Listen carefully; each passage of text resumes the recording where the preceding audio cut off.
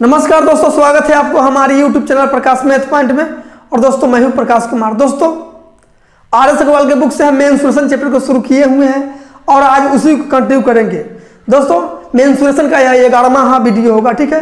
Part 1 से नहीं देखे हैं तो एकदम part by part serial wise देखिए, पूरा समझ में आएगा। मेंसुरेशन का कोई ऐसा क्वेश्चन नहीं होगा जो आपसे नहीं बनेगा, ठीक है। दोस्तों आज रक्षाबंधन है, आप सबको ढेर सारी शुभकामनाएं हैं, ठीक है। दोस्तों आज सॉल्व होगा क्वेश्चन नंबर 99 से होगा सॉल्व। इससे पीछे का क्वेश्चन हमने पिछली वीडियो में कवर कर रखा हूं, आज उसी को कंटिन्यू करेंगे। हाँ, यदि आप हमारे चैनल पर नए हो तो सबसे पहले सब्सक्राइब करके घंटी को दबा दीजिए। इससे क्या होगा कि जब भी मैं नया वीडियो बनाकर अपलोड करूंगा सबसे पहले नोटिफिकेशन आपको मिलेगी और आप अच्छे से तैयारी कर सकेंगे, ठीक है। तो आते हैं हम डायरेक्ट क्वेश्चन नंबर 99 पे। चलिए ध्यान दीजिएगा, 99 नंबर क्वेश्चन क्या कहता है। क्वेश्चन कहता है एक त्रिभुज का क्षेत्रफल उस वर्ग के क्षेत्रफल के बराबर है जिसकी प्रत्येक भुजा 60 मीटर है। यदि त्रिभुज की ऊंचाई 90 मीटर हो तो त्रिभुज के आधार की लंबाई कितनी है। ऊंचाई के चर्चा कर दे, त्रिभुज के ऊंचाई के चर्चा कर दे तो आप समकोण त्रिभुज मान के बना लीजिएगा। खैर समबाहु त्रिभुज से ही बनेगा, दोनों का तो फॉर्मूला सेम ही लगेगा, 1/2 आधार गुणे ऊंचाई लगेगा, तो समकोण त्रिभुज से आप बना लीजिएगा, ठीक है। चलिए ध्यान दीजिए, त्रिभुज बना लीजिए, समकोण त्रिभुज बना लिए। समकोण त्रिभुज में एक कोण 90 डिग्री का होता है। एक समकोण त्रिभुज बना लिए और एक वर्ग बना लीजिए। अब वर्ग का प्रत्येक भुजा आपस में बराबर होती है। क्वेश्चन कह रहा है एक त्रिभुज का क्षेत्रफल उस वर्ग का क्षेत्रफल के बराबर है जिसकी प्रत्येक भुजा 60 मीटर है। मतलब इसका प्रत्येक भुजा जो है ना 60 मीटर का है, 60 मीटर का है। अच्छा, इसका ऊंचाई दिया है 90 मीटर। आधार पूछा है तो आधार तो यही ना होगा, तो आधार हम नहीं, इसका पता नहीं है, आधार को आधारे मान लेते हैं, ठीक है। ये दोनों का क्षेत्रफल बराबर है, इसका जितना क्षेत्रफल है ना उसका है उतना ही इसका क्षेत्रफल है। इन दोनों का क्षेत्रफल जो है बराबर है, ठीक है, त्रिभुज का और वर्ग का। तो इस त्रिभुज का क्षेत्रफल क्या होता है, जब आधार और ऊंचाई पता हो तो कौन फॉर्मूला लगाते हैं, 1/2 आधार गुने ऊंचाई। तो आधार तो पता नहीं है, ऊंचाई पता है तो 90। और वर्ग का क्षेत्रफल क्या होता है, भुजा स्क्वायर, यानी कि 60 गुने 60। वर्ग का क्षेत्रफल और त्रिभुज का क्षेत्रफल बराबर बोला है तो बराबर लिख दीजिए। अब काट दीजिए, यहां से आधार पता चल जाएगा। 2 से कट जाएगा 45 बार में, 15 से कट जाएगा 3 बार में, 15 से कट जाएगा 4 बार में, फिर 3 से कट जाएगा 20 बार में। आधार इधर क्या बचा, 20 के 80, यानी 80 मीटर आधार निकल के आया, ठीक है। आप चाहे तो समबाहु त्रिभुज से ही बना सकते हैं, उसमें भी तो फॉर्मूला यही लेना लगेगा। समबाहु त्रिभुज हो गया तो ऊंचाई हो गया, इसका मान दिया है 90, आधार यही ना होगा तो वही फॉर्मूला लगेगा, 1/2 आधार गुना ऊंचाई ही रहेगा, ठीक है। तो आपका आंसर हो जाएगा 1/80 सेंटीमीटर, जो आपका ऑप्शन नंबर डी में है। आते हैं अगली क्वेश्चन पे। चलिए 100 शतक 100 नंबर क्वेश्चन क्या कहता है, एक वर्ग तथा एक समबाहु त्रिभुज एक ही आधार पर बनाए गए हैं, इनके क्षेत्रफलों का अनुपात क्या होगा। एक वर्ग, पहले वर्ग बोला है तो आप पहले वर्ग बना लीजिए। एक वर्ग, ये वर्ग हो गया, ठीक है। एक वर्ग और एक समबाहु त्रिभुज एक ही आधार पर बने हैं, तो आप किसी भी आधार को आधार मान लीजिए, किसी भुजा को आधार मान लीजिए और त्रिभुज बना दीजिए। चलिए तो हम नीचे वाला का आधार मानते हैं, इसको आधार मानते हैं तो त्रिभुज बना लीजिए, इस समबाहु त्रिभुज हो गया। एक बात समझ रहे हैं कि वर्ग का प्रत्येक भुजा जो होता है ना समान होता है, और हम लोग इसको ए से डिनोट करते हैं। अब देखिए ये जो भुजा जो है, ये भुजा ए, इसी को घुमा के ऐसे कर दिया, ठीक है, और यही भुजा घुमा के ऐसे कर दिया, तो जितना ए होगा उतना ही तो ए होगा, ठीक है, यानी सब भुजा ए ही होगा, ठीक है। समबाहु त्रिभुज हो गया और ये वर्ग हो गया। दोनों का क्षेत्रफलों का अनुपात पूछा है, तो वर्ग का क्षेत्रफल क्या होता है, भुजा स्क्वायर मतलब ए स्क्वायर, और अनुपात समबाहु त्रिभुज का क्षेत्रफल क्या होता है, √3/4 गुने भुजा स्क्वायर। तो भुजा क्या है, ए है तो ए स्क्वायर, ए स्क्वायर से ए स्क्वायर कट गया, 4 भाग में ही रहेगा तो गुना में, 4 में 1 से गुना होगा तो 4, अनुपात इधर √3 रह जाएगा, यानी 4 अनुपात √3 का अनुपात हुआ, ठीक है। तो आपका आंसर हो जाएगा ऑप्शन नंबर डी। आते हैं अगली क्वेश्चन, चलिए 101 नंबर क्वेश्चन क्या कहता है, एक त्रिभुज के आधार की लंबाई 15 मीटर तथा ऊंचाई 12 मीटर है। एक दूसरी त्रिभुज का क्षेत्रफल इस त्रिभुज के क्षेत्रफल से दुगुना है तथा इस त्रिभुज के आधार की लंबाई 20 मीटर है, तो इस त्रिभुज की ऊंचाई कितनी है। ऊंचाई का चर्चा कर दिया तो आपको हम बोले हैं कि समकोण त्रिभुज बना लीजिएगा। ठीक है, आप कोई भी त्रिभुज बना सकते हैं, समबाहु त्रिभुज पर भी बना सकते हैं, लेकिन हम समकोण त्रिभुज से बनाते हैं। तो एक समकोण त्रिभुज बना लीजिए। ठीक है, आधार ऊंचाई का चर्चा किया है। तो आप एक समबाहु एक त्रिभुज के आधार की लंबाई 15 मीटर है, मतलब ये आधार है तो इसका लंबाई 15 मीटर है, 15 मीटर है। ठीक है, फिर क्वेश्चन कहा है कि ऊंचाई 12 मीटर है, तो ऊंचाई 12 मीटर लिख लीजिए। ठीक है, और एक दूसरा त्रिभुज है जो इसका क्षेत्रफल के दुगुना है, मतलब इसका जितना क्षेत्रफल होगा ना, इसका दुगुना क्षेत्रफल वाला त्रिभुज। तो देख लीजिए, इसका दुगुना हम बना देते हैं। ठीक है, और इसका ऊंचाई आपसे पूछ दिया है, तो ऊंचाई पता नहीं है, इसको हम h मान लेते हैं। ठीक है, और इसका लेकिन आधार पता है, आधार दिया है, आधार की लंबाई 20 मीटर, तो आप यहाँ 20 मीटर लिख लीजिए। ठीक है, इसका ऊंचाई पूछा है, तो पहले इसका आप क्षेत्रफल निकाल लीजिए। क्षेत्रफल इस समबाहु त्रिभुज के क्षेत्रफल निकाल लीजिए। तो 1/2 गुने आधार गुने ऊंचाई, तो आधार 15 और ऊंचाई 12, तो 2 से कटेगा 6 बार में, 2 छक्के 12, 15 छक्के 90 मीटर स्क्वायर इस त्रिभुज का क्षेत्रफल निकल के आया। ठीक है, क्वेश्चन कहा है एक दूसरा त्रिभुज इस त्रिभुज के क्षेत्रफल के दुगुना इसका क्षेत्रफल है, तो इसका 90 क्षेत्रफल हुआ, मतलब इस त्रिभुज का 90 क्षेत्रफल हुआ, तो इसका हो जाएगा दुगुना, यानी कि 180 हो जाएगा क्षेत्रफल, 180 मीटर स्क्वायर। तो सुनिए, इसका क्षेत्रफल बराबर फॉर्मूला क्या होता है, 1/2 आधार गुने ऊंचाई। आधार कितना है 20, और ऊंचाई तो पता नहीं है, तो ऊंचाई आधार गुने ऊंचाई हो गया, 1/2 आधार गुने ऊंचाई क्षेत्रफल हो गया, और जबकि क्षेत्रफल 180 है। ठीक है, अब देखिए 2 से कटेगा 10 बार में, और 10 से कटेगा 18 बार में, इधर h बचा और इधर 18, यानी ऊंचाई निकल के चला है 18 मीटर। ठीक है, तो आपका आंसर हो जाएगा 18 मीटर, जो आपका ऑप्शन नंबर डी में है।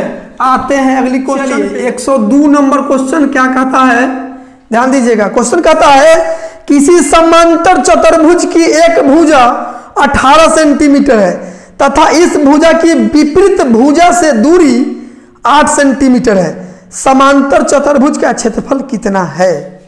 ठीक है, समांतर चतुर्भुज फिगर समझ रहे हैं कैसा फिगर होगा, तो आयत जानते हैं ना, आयत देखिए यहाँ फिगर, आयत आप लोग जानते हैं, ये आयत हो गया, इसी के दोनों कनवा पकड़ के इसे खींच दीजिए, यही हो जाएगा समांतर चतुर्भुज। ठीक है, तो कान पकड़ के खींचिएगा तो फिगरवा कैसे बन जाएगा, ऐसे बन जाएगा, ऐसे बन जाएगा, समझ रहे हैं, ये हो गया समांतर चतुर्भुज का फिगर। ठीक है, तो इसको आयत से ही समांतर चतुर्भुज का फिगर बनता है।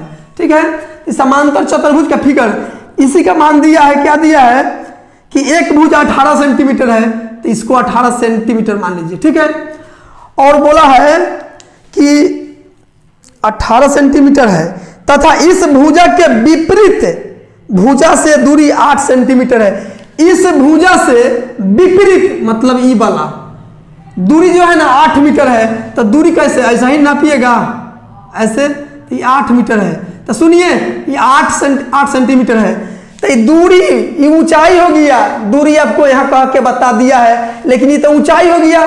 तो आपसे पूछा समांतर चतुर्भुज का क्षेत्रफल, तो याद रखिएगा फॉर्मूला, समांतर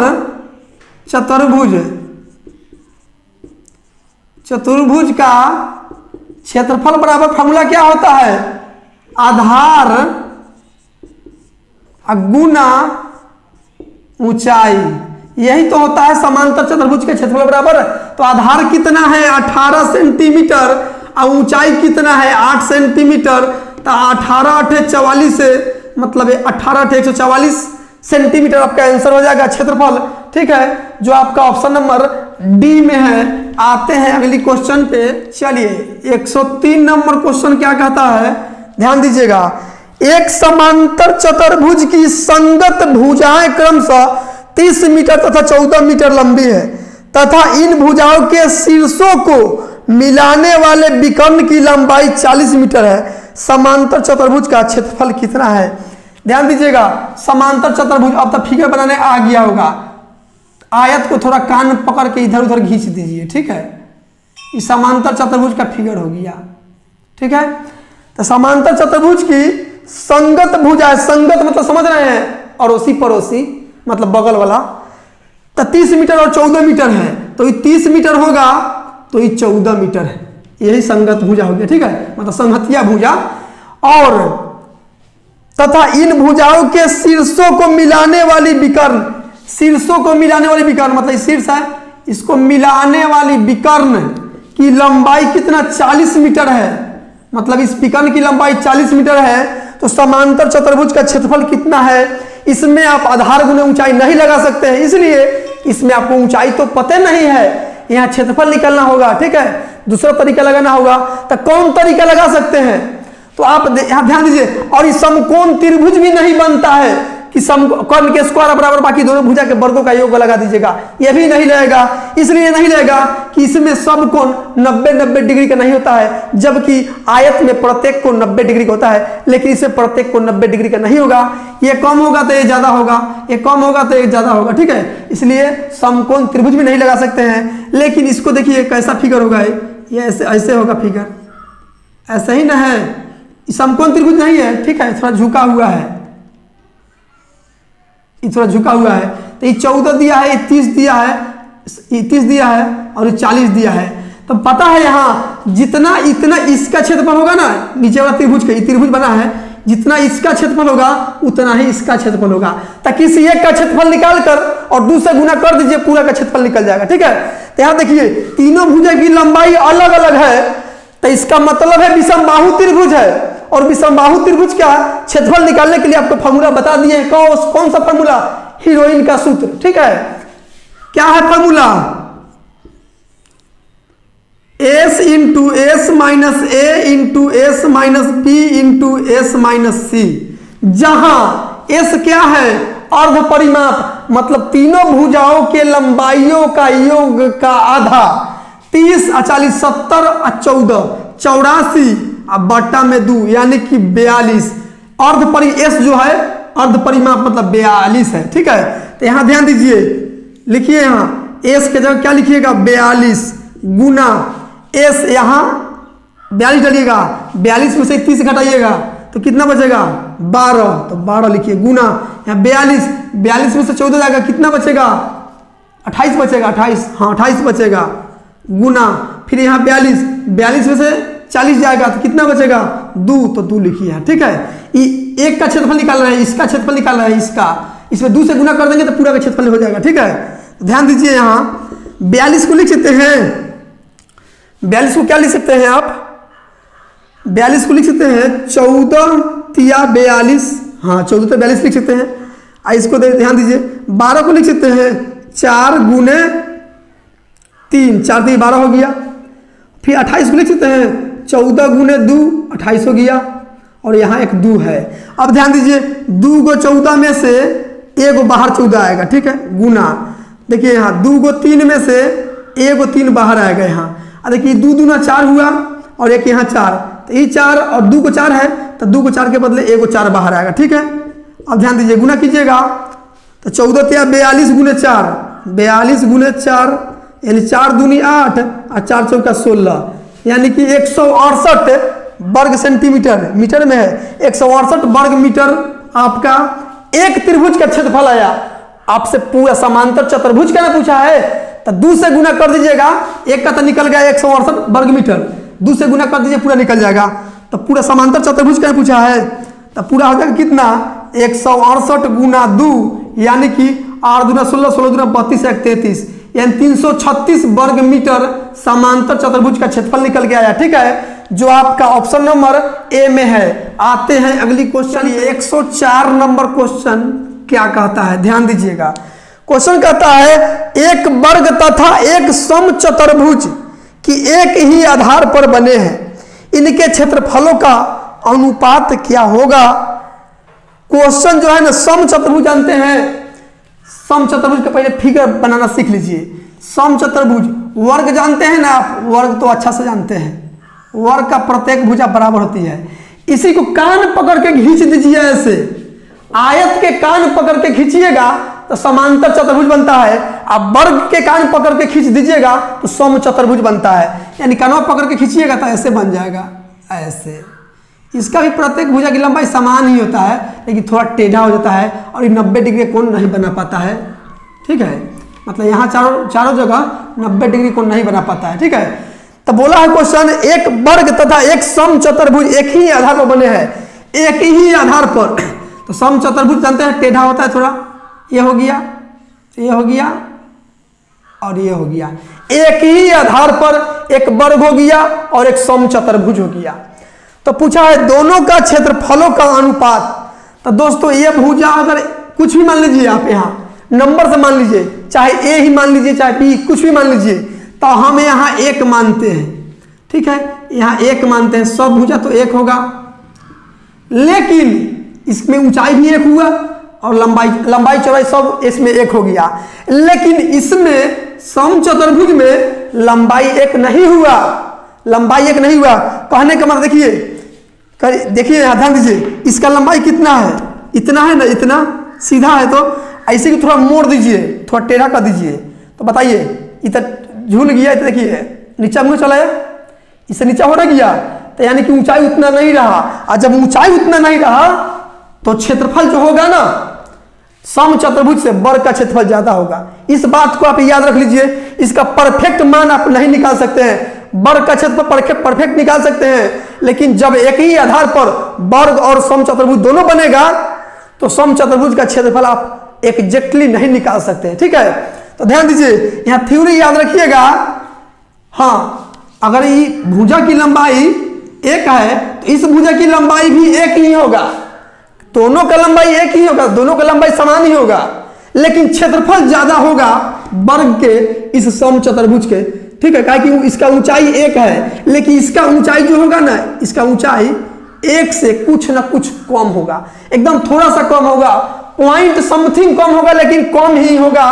कहा कि इसका ऊंचाई देख रहे हैं सीधा है और इसका ऐसे है, तो ये ऊंचाई तय ही ना होगा, तो ऊंचाई कम हो गया कि नहीं। और जब कम ऊंचाई होगा तो क्षेत्रफल कम होगा।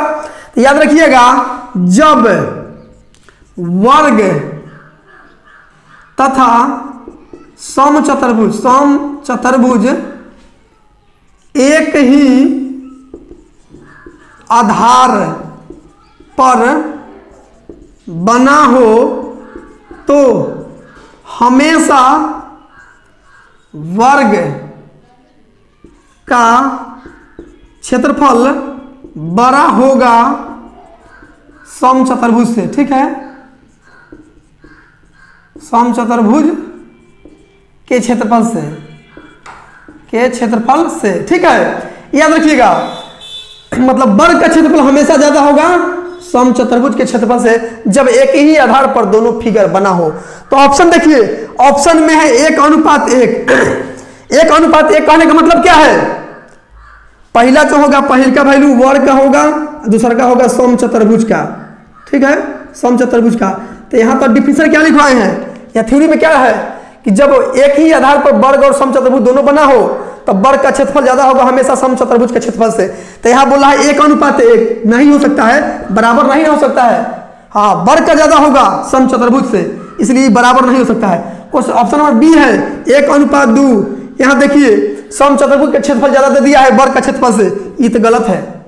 ऑप्शन सी में 1:4, मतलब सम चतुर्भुज का क्षेत्रफल ज्यादा है वर्ग के क्षेत्रफल से, ये भी गलती है। एक ही ऑप्शन बचा, उस ऑप्शन में लिखा है 1 से बड़ा, 1 से बड़ा, यही आपका आंसर संतुष्ट कर रहा है। ठीक है, तो यही आपका आंसर हो जाएगा। अब कहिएगा ऐसा कैसे होगा, 1 से बड़ा कैसे। यहाँ पर अनुपात पूछा है, तो इसमें अनुपात कहाँ दिख रहा है, देखिए मान लीजिए यहाँ सपोज डेट मान लीजिए कि वर्ग का क्षेत्रफल होगा 15, वर्ग का क्षेत्रफल 15 और सम चतुर्भुज का क्षेत्रफल मान लेते हैं कि 14 मान लीजिए, 14 है मान लीजिए, 12 मान लीजिए, 14.5 मान लीजिए, कुछ भी मान लीजिए, लेकिन 15 से छोटा वर्ग का क्षेत्रफल हमेशा ज्यादा होगा सम चतुर्भुज से।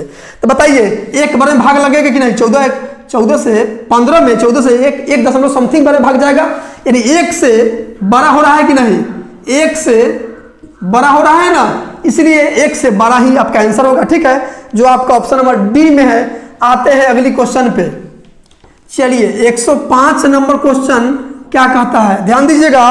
क्वेश्चन कहता है एक समचतुर्भुज का क्षेत्रफल 144 वर्ग सेंटीमीटर है, इसके एक विकर्ण की लंबाई 18 सेंटीमीटर है, तो दूसरे विकर्ण की लंबाई कितनी है। समचतुर्भुज आयत को कान पकड़ के खींचने वाली बात आ गई है। ठीक है, यही समचतुर्भुज का फिगर है। इसमें चारों भुजा समान होता है, इसमें चारों भुजा समान होता है। अगर ये है, ये है, ये है, तो सब भुजा ए ही होगा। ठीक है, इसमें विकर्ण जानते हैं, विकर्ण यही है, विकर्ण यही विकर्ण है। लेकिन इसमें विकर्ण की लंबाई बराबर नहीं होती है, दोनों विकर्ण की लंबाई बराबर नहीं होता है। मतलब ये D1 होगा तो ये D2 हो जाएगा। ठीक है, लेकिन विकर्ण जो है ना, यहाँ पे कटान बिंदु पे 90 डिग्री कोण बनाता है, सब 90 डिग्री का कोण बनाता है, 90 डिग्री का शर्त है। ठीक है, 90 डिग्री का, यदि प्रूफ भी इसको कर सकते हैं, लेकिन याद रखिएगा 90 डिग्री के कोण पर काटता है। ठीक है, विकर्ण, इसको मिटा देते हैं। ठीक है, इसको मिटा दे, चाहे ना इसको तो समकोण त्रिभुज का भी इस पर रूल लगा सकते हैं। ठीक है, लगने वाला जहां बात होगा वहां लगा सकते हैं। विकर्ण की लंबाई यही है, तो इसका जो क्षेत्रफल जो होता है ना, क्षेत्रफल जो होता है 1/2 और दोनों विकर्णों का गुणनफल। ठीक है, तो 1/2 गुने D1 गुने D2, D1 गुने D2, ये क्षेत्रफल हो गया समचतुर्भुज का। और जबकि क्षेत्रफल दिया है कितना 144, तो 144 लिख दीजिए। ठीक है, अब ध्यान दीजिए, एक विकर्ण की लंबाई दिया है कितना 18 सेंटीमीटर, तो D1 के जगह लिख दीजिए 18। ठीक है, 2 से काटिएगा 9 बार में, और 9 से कट जाएगा 16 बार में, यानी इधर D2 और इधर 16 बच गया, यानी दूसरा विकर्ण की लंबाई चलाया 16 मीटर। ठीक है, अब दोस्तों एक क्वेश्चन हम सेट में भी इसका देखे हुए हैं कि भुजा की लंबाई पूछ दिया था। ठीक है, तो भुजा की लंबाई बराबर, एक फॉर्मूला याद कर लीजिएगा। ठीक है, भुजा की लंबाई बराबर याद रखिएगा, भुजा की लंबाई जब निकालना हो ना, मतलब भुजा ए निकालना हो, याद रखिएगा 1/2 गुना D1 के स्क्वायर प्लस D2 के स्क्वायर। यह बात को आप लोग याद रखिएगा, जब भुजा की मान पूछ दे, भुजा की लंबाई पूछते तब। ये फॉर्मूला कहां से आया है पता है, ध्यान दीजिए कहां से आया है। 4a स्क्वायर बराबर होता है दोनों विकर्णों का वर्गों का योग, यही होता है। ठीक है, सब हाँ ठीक है, यही होता है। तो ध्यान दीजिए, तो यहां क्या करेंगे a स्क्वायर। ठीक है, इसको हम लिख सकते हैं 2a के होल स्क्वायर बराबर D1 के स्क्वायर प्लस D2 के स्क्वायर। ये स्क्वायर हटेगा तो बराबर उधर रूट चढ़ेगा, आई 2 गुना में है, इधर आएगा तो भाग में हो जाएगा। ठीक है, यानी यही आ गया, देखिए यही फॉर्मूला है। ठीक है, तो एक क्वेश्चन देखे थे सेट में, इसमें भुजा की लंबाई पूछ दिया था, तो यही फॉर्मूला लगा दीजिएगा, इसका मान निकल जाएगा। ठीक है, तो आपका आंसर हो जाएगा 16 मीटर, जो आपका ऑप्शन नंबर सी में 16 सेंटीमीटर। आते हैं अगली क्वेश्चन। चलिए 106 नंबर क्वेश्चन क्या कहता है, ध्यान दीजिएगा। क्वेश्चन कहता है एक समचतुर्भुज के एक विकर्ण की लंबाई दूसरे विकर्ण की लंबाई का 80% है। इस चतुर्भुज के क्षेत्रफल बड़े विकर्ण के वर्ग का कितने गुने हैं। ठीक है, तो ध्यान दीजिएगा, 2 विकर्ण, समचतुर्भुज में 2 विकर्ण होता है, तो एक विकर्ण को हम लोग D1 से डिनोट करते हैं और एक विकर्ण को D2 से। ठीक है, अब क्वेश्चन कहता है कि एक विकर्ण की लंबाई दूसरे विकर्ण की लंबाई का 80% है, तो एक विकर्ण की लंबाई दूसरे विकर्ण की लंबाई का के मतलब गुना 80% है, तो 80, आप प्रतिशत के लिए बट्टा में 100 और बराबर दे दीजिए, हो गया। अब काट दीजिए, 20 चौके 80 या 20 25 100। अब देखिए D1 अनुपात D2 रेशियो वाली वीडियो देखे हैं तो आसानी से बना सकते हैं। बट्टा वाला वैल्यू उसी का हो जाता है जिसके बट्टा में रहता है, और जो बच गया 4 बगल वाला के हो जाता है। यानी D1 अनुपात D2 का वैल्यू चला है 4:5। कहने का मतलब है कि पहला विकर्ण की लंबाई यदि 4 मीटर होगा तो दूसरा का विकर्ण की लंबाई 5 मीटर होगा। ठीक है, अब आपसे क्वेश्चन क्या पूछा है कि इस चतुर्भुज का क्षेत्रफल और बड़े विकर्ण के वर्ग का कितना गुना है। तो इस चतुर्भुज का क्षेत्रफल, तो चतुर्भुज का क्षेत्रफल क्या होता है 1/2 गुने दोनों विकर्णों का गुणनफल। तो दोनों विकर्णों का गुणनफल कितना 5 चौके 20 हो गया। इस चतुर्भुज का क्षेत्रफल हो गया अनुपात बड़े विकर्ण का वर्ग। तो बड़ा विकर्ण कौन है 4 और 5 में 5, तो 5 का वर्ग यानी 25। अब काट दीजिए, 2 से काट दीजिएगा 10 बार में, 5 से काटिएगा 5 बार में, 5 से कटेगा 2 बार में, यानी कि 2:5। तो 2:5 कहने का मतलब क्या है कि 2/5 गुना। ठीक है, यही आपका आंसर हो जाएगा जो आपका ऑप्शन नंबर बी में है। तो दोस्तों आज के लिए इतना ही। यदि वीडियो आपको अच्छा लगा है तो like, subscribe and share comment जरूर कीजिएगा। मिलते हैं अगली वीडियो में इससे आगे क्वेश्चन लेके। आज के लिए इतना ही। जय हिंद।